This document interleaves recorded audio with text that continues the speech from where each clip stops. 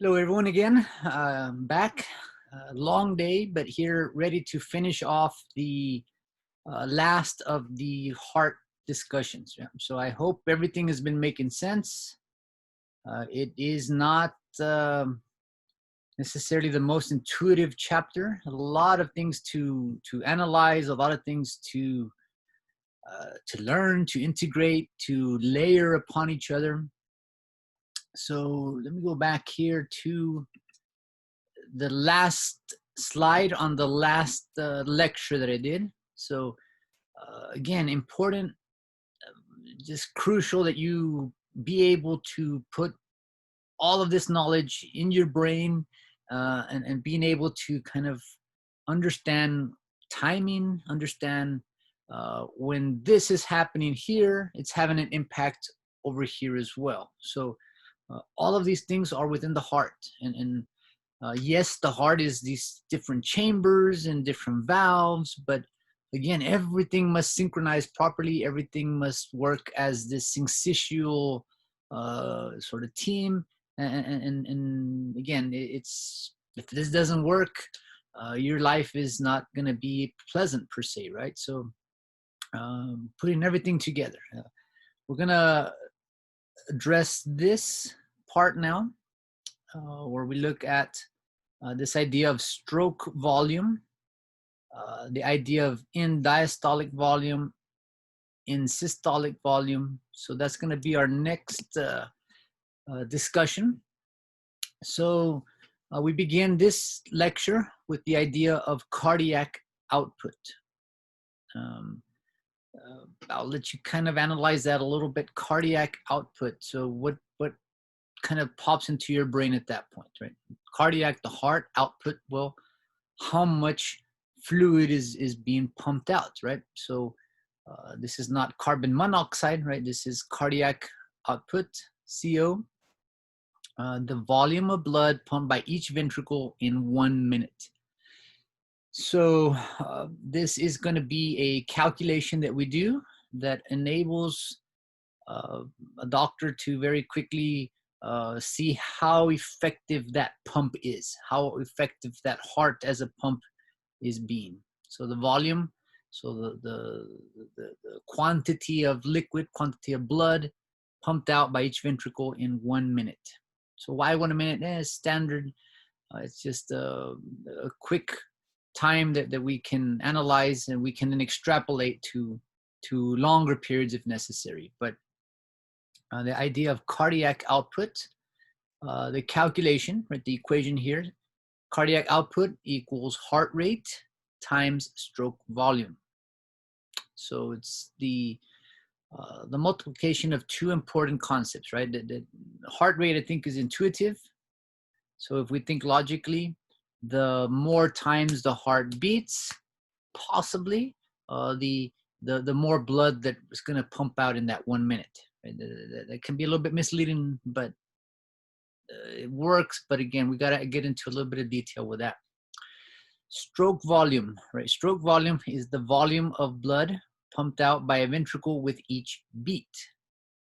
So again, it's how much per beat, right? How much liquid, how much blood is pushed out of that ventricle per beat?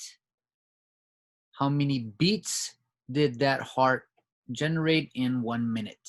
So we multiply those, and that gives us a quick and easy number, a quantity that then we can compare, right? We can compare your cardiac output to this patient's cardiac output. We can analyze your cardiac output at rest, and how is it different when you're exercising, right? So we can very, very quickly be able to theoretically generate this number. Heart rate is very easy to determine, right? Stroke volume, we gotta do a little bit of sort of work to actually realistically, practically generate that stroke volume. But in theory, this is pretty straightforward. So cardiac output at rest, right? Your cardiac output is going to be measured standardly in mils per minute. How many mils of blood were moved out in 1 minute? So if we multiply sinus rhythm, heart rate of about 75 beats per minute with stroke volume at 70 mils per minute. So we multiply those. Right now, this will give us the answer in mils per minute. If we convert mils into actual liters, right? So I don't know if you remember how to navigate through the metric system. We move the decimal over from the right to the left. So we end up then with 5.25 liters per minute. That's pretty standard, quite average for people, just young, healthy people as yourselves, just relaxing, right?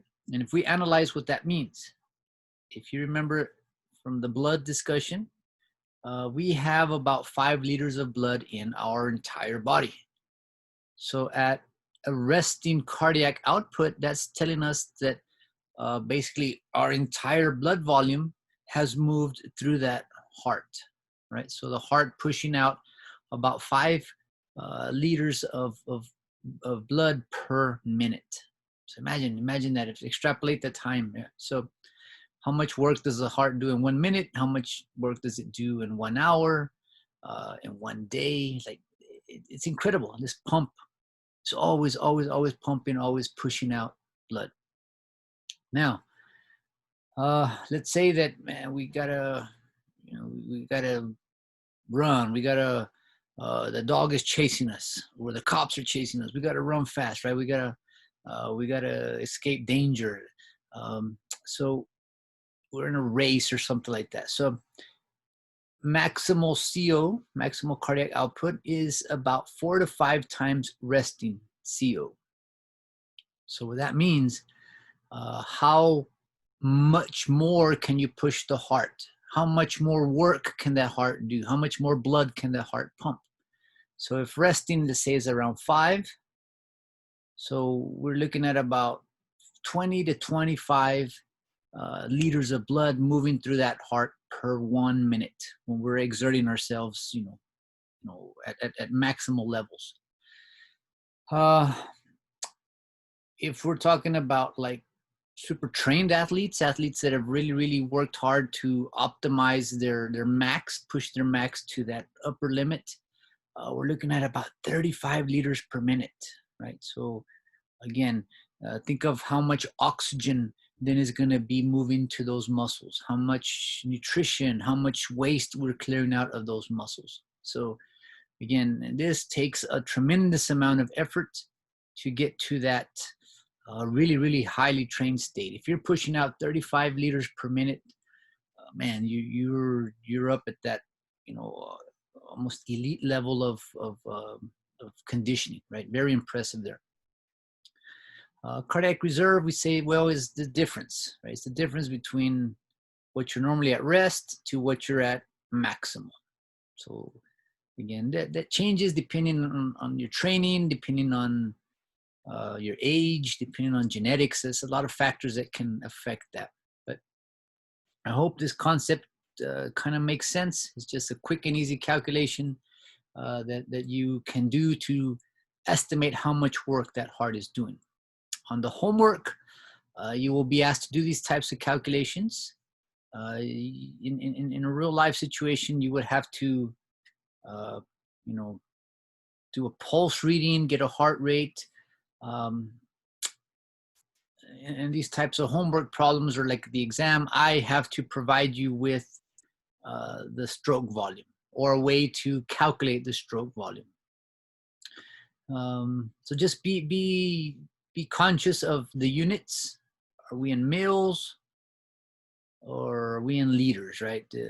If you think, well, 5,000 liters, no, we can't move 5,000 liters through the body. So we got to adjust it to liters to be a little bit more intuitive there.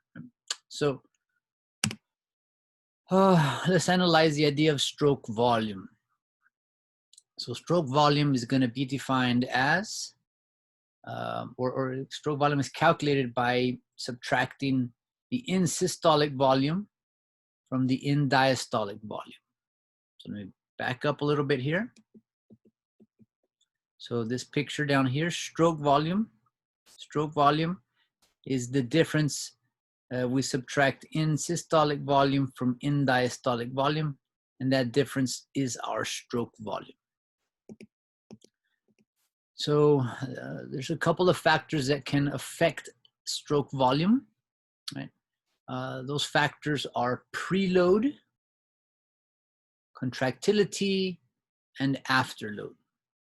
Right. So let's analyze this concept of in diastolic volume. So instead of a glass of wine, think of that as the ventricle, right? That left ventricle. So after it's been sitting there waiting, filling, we hope that it got filled to the maximum level. After contraction, after systolic contraction, we hope that all or a high degree, most of that fluid was moved out, right? So this would be sort of in diastolic volume. This would represent in systolic volume. Contractility is going to have an impact on how much force. Remember that the heart is a muscle, right? So how much force that heart is generating, that myocardium, how much force is it using to push fluid out? And so three main factors: preload, the in diastolic volume, afterload. Well, I shouldn't say it's not exactly in systolic volume, but afterload has an impact on in systolic volume. And then contractility, the ability of that heart to generate a recoil, right? And we'll get to that here. So stroke volume, preload, right? Preload is basically going to be linked back to muscle physiology from last semester, from 2401. If you remember something about muscle physiology, there's two separate individuals, Frank and Starling. So we call it the Frank-Starling law. But basically the Frank-Starling law deals with stretch. So if we remember myosin, actin, the more that we stretch that fiber up to a limit, right? The more that we stretch, the more myosin heads can kind of be integrated and brought in and recruited into that muscle contraction. So the more connections we make, the more forceful that contraction can be. So the degree of stretch of cardiac muscle cells before they contract, we call that preload. Let's analyze this guy. So this guy is going to throw a ball. If you're going to throw the ball, you want to throw it really far. You don't hold it from here, right? You extend back. So we stretch, we recruit more muscles. We get to that optimal sort of length tension relationship, and we're able to generate a strong throw. If I want to shoot that arrow very far, right, I got to pick up the bow, and I can't just pull it right here. The more I can stretch, the more potential energy is held there, the farther that arrow will go. So cardiac muscle exhibits a length tension relationship at rest. So the cardiac muscles are shorter than optimal. A slow heartbeat, basically if we're beating a slow rate, that gives that ventricle more time to fill. The more it fills, the greater it distends, the greater it stretches.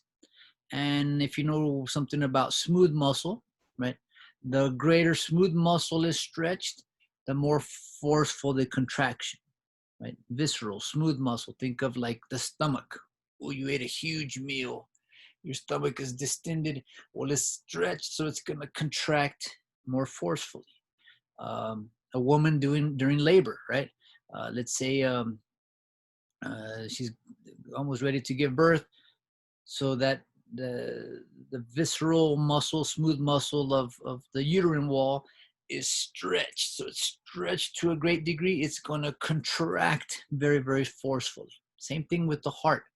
So the more we distend the heart, the more volume that in diastolic volume that goes in, the greater we're able to contract that heart.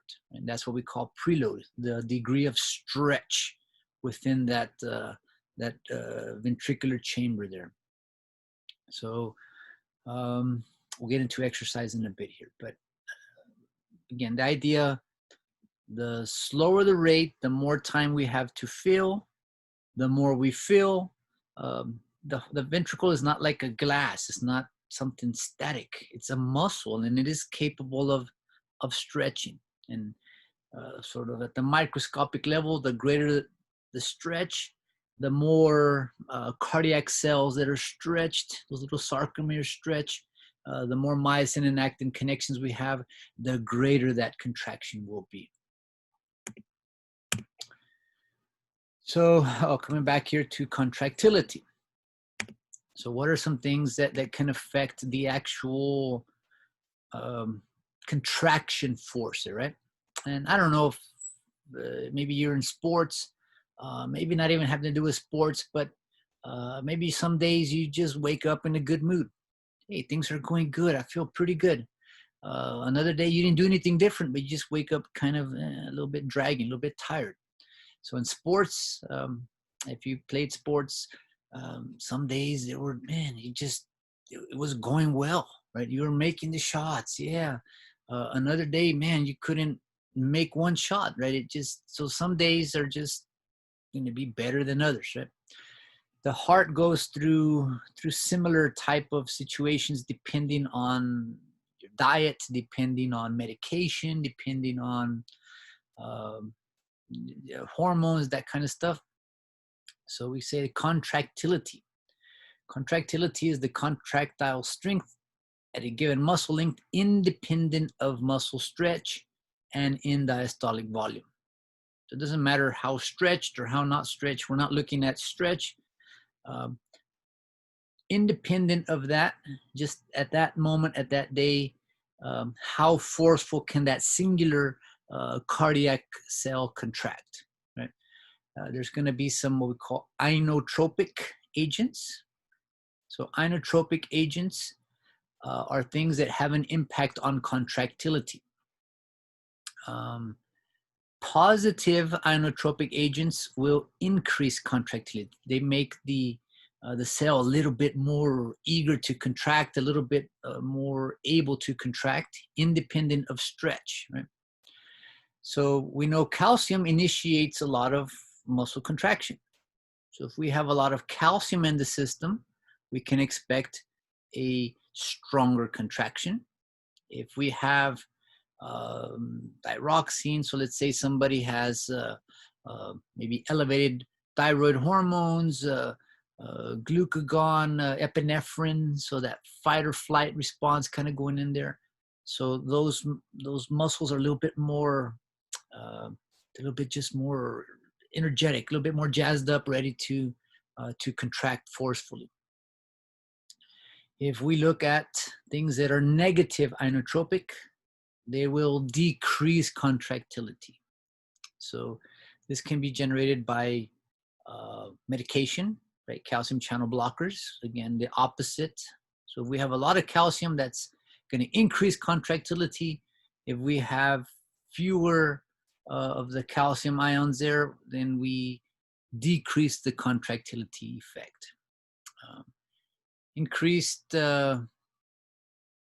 potassium, right? Remember, potassium is part of the influx, part of that repolarization process. Negative inotropic, if we have excessive amounts there.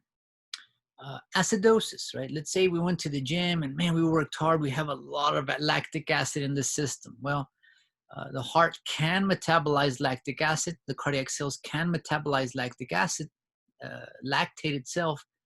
But because of the decreased acidity, all these hydrogen cations flowing around, it just, you know the situation, right? If you're sore, that you work the muscle hard, it's sore, it's not going to be able to contract like it normally would if you were not sore. And so soreness can be linked back to then cellular acidosis, because of lactic acid accumulation there.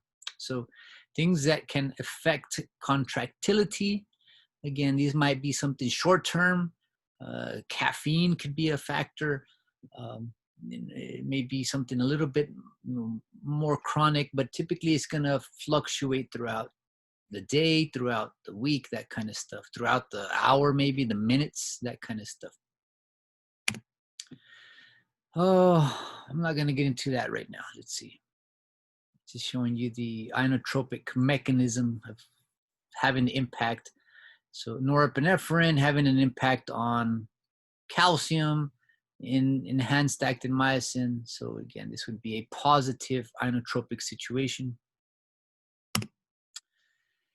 Last or third of the stroke volume sort of factors. So we had preload, we have contractility. Now we look at afterload. So afterload is the pressure that must be overcome for ventricles to eject blood. So afterload typically is a factor of the large arteries. Right? Remember that aorta. Remember that pulmonary artery. So in order for blood to leave the heart must contract forcefully enough to be able to move blood out. If pressure is too high up there, then we got to work even harder to move blood out. So afterload, pressure that must be overcome for ventricles to eject blood. So here we're at the left ventricle. In order to push blood out, right, we got to push blood, and we got to overcome whatever pressure is here. Right? Things like high blood pressure, hypertension will increase afterload, and it makes the heart have to work harder because there's more pressure out there. What would be a good scenario? Let's say, work with me here, right? Imagination. Let's say you're, I don't know. You've seen these manhole covers on the streets, right? So they're metal, they're heavy, yeah. So let's say that I don't know why we're down in the street manhole, tunnel, whatever there, but if let's say that metal cover weighed 50 pounds, right? So in order for me to be able to come out of that tunnel, I must be exerting a force more than 50 pounds in order to push that out. That would be afterload, yeah? If, let's say that that thing is 50 pounds and there's I don't know, something else on there, right? I don't know what a big dog would be doing sitting on a manhole cover in the street, but a 45-pound dog sitting on the 50-pound manhole cover. So now that's going to increase the amount of force you have to exert to open that manhole cover. Right? So I don't know if that worked at all, but hopefully that made a little bit of sense. So the idea, we want to keep afterload low to minimize the work that the heart has to do. So hypertension increases afterload, and basically anything that increases afterload will result in an increased in systolic volume. It makes it harder to move this liquid out. And if we don't move this liquid out effectively, we will reduce stroke volume.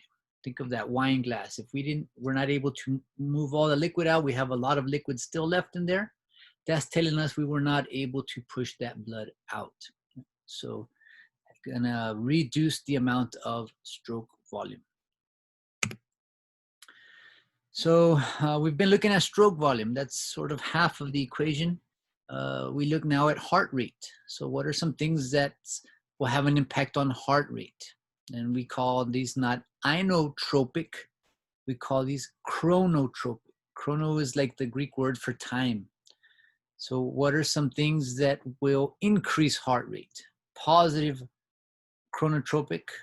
And what are some things that will reduce heart rate? We say these are negative chronotropic factors. So as we're addressing chronotropic factors, we know that the heart regulates its own beat, but the heart is impacted, the heart is influenced by the autonomic nervous system, both in a positive and in a negative way, you know, in a positive chronotropic and a negative chronotropic way. So if we're talking about sympathetic nervous system, if we're very, very excited, very, very scared, very, very nervous, anxious, right? So these things are gonna really have an impact and stimulate these pacemaker cells to beat even faster, yeah?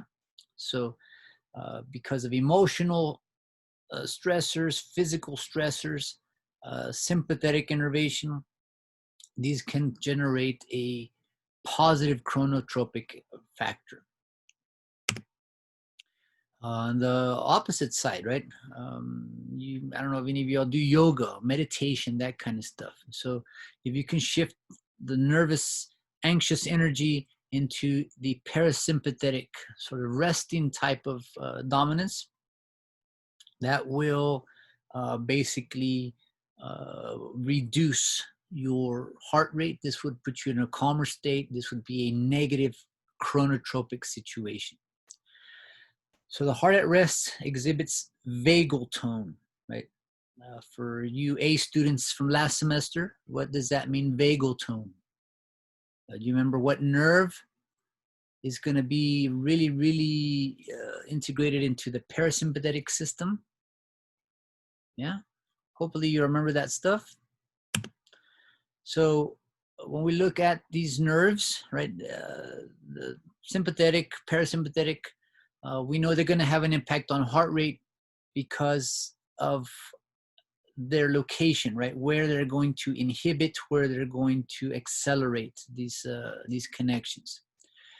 So from last semester, you learned the cardiac centers are located in the medulla oblongata. The cardioacceleratory center innervates the SA and AV nodes, the actual myocardium, and the coronary arteries, right, via the sympathetic neurons. The cardioinhibitory center inhibits the SA and AV nodes through parasympathetic fibers and the, that big, big, big wandering nerve. I hope you remember the vagus nerve. Vagus nerve involved with vagal tone. We associate that with parasympathetic.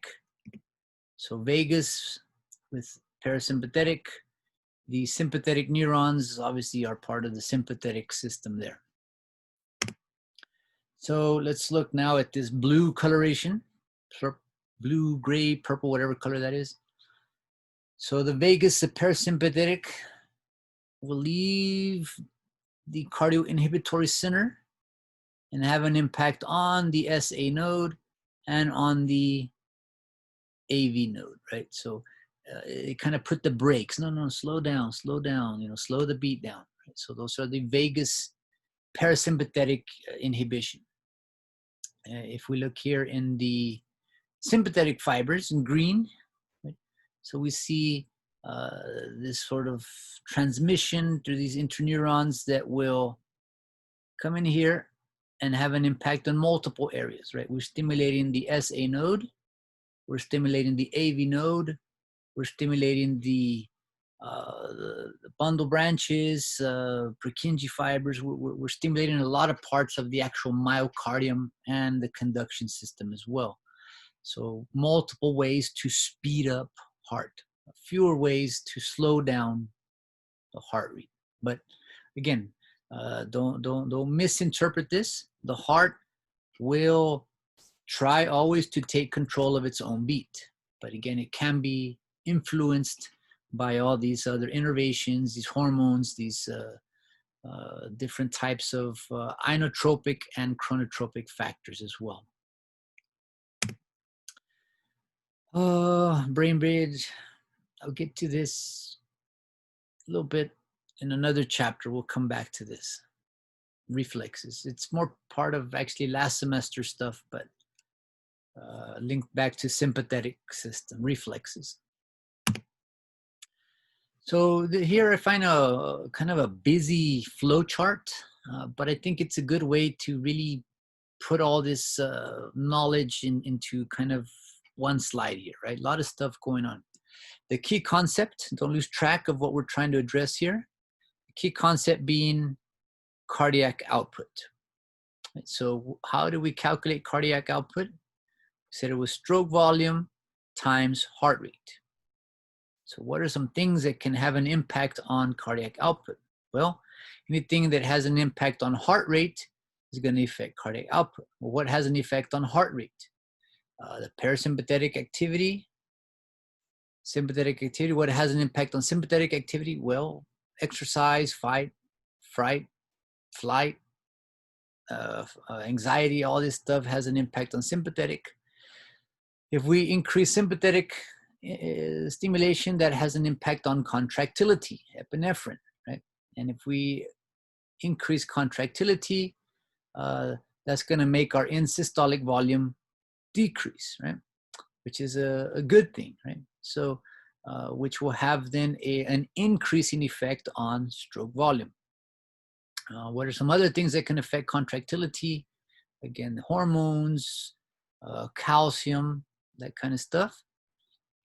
If we look at preload, right? What are some things that can affect preload? How much blood is coming back? What's gonna allow more blood to come back?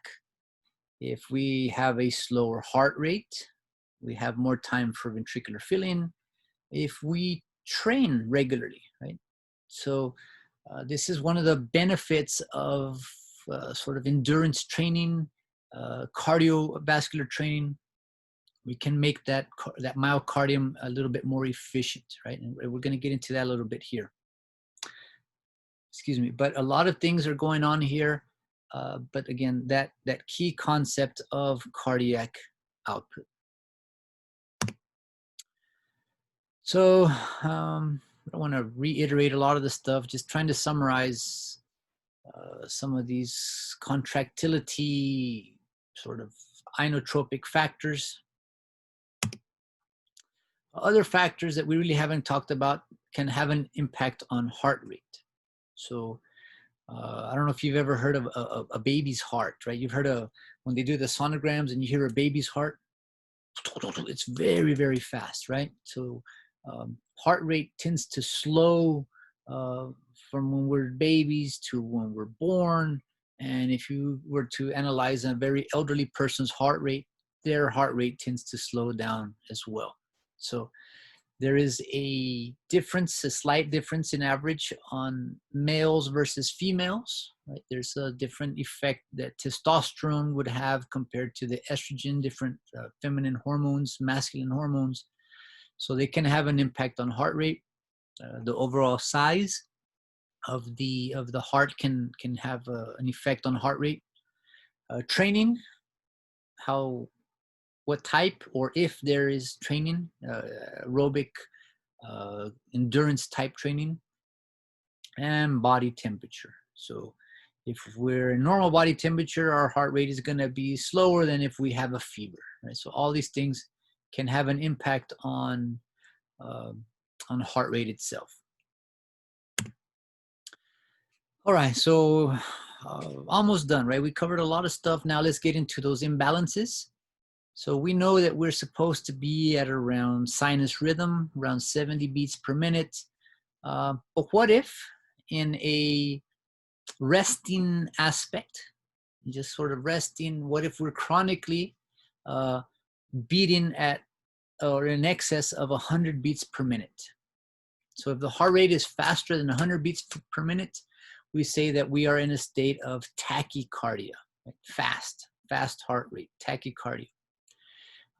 This is technically not a good thing because chronic tachycardia, the heart's beating so fast, it doesn't have enough time to fill. So end diastolic volume tends to be low and it can lead to fibrillation, right? Tachycardia in a untrained, unathletic individual is something that we really gotta kind of take care of, look out for. On the opposite side, bradycardia, right? I always like to make fun. Tom Brady never runs with the football. He's too slow, right? He's a really good passer, but doesn't really run, right? So Brady, slow. Bradycardia, the heart rate is slower than 60 beats per minute, right? So any heart rate slower than 60 at rest tends to be considered bradycardia, right? So if the heart rate is too slow, remember, part of cardiac output requires the heart rate. The more beats per minute, typically the higher the cardiac output goes. So if heart rate is too slow, we're not pumping enough times, cardiac output potentially can decrease. So we're not moving enough blood through the body potentially. Now, there's a paradox going on here, right? Marathon runners, long distance swimmers, cyclists, they tend to be in very, very good physical condition. They've trained their heart, the myocardium is very effective, and they typically have slow heartbeats, right? So they typically are bradycardiac. And we don't consider that a bad thing, we consider that a very good thing, right? Because their heart's beating slower, they have more time to fill, there's a greater degree of stretch and a greater force, right? So if you are bradycardiac due to exercise, cardiovascular training, then that's considered a good thing. That's one of the positive benefits of endurance training there, right? If you're bradycardiac and you don't even, jog around the block or nothing like that, then we got to address that. That's not something that is a normal physiological response in that situation.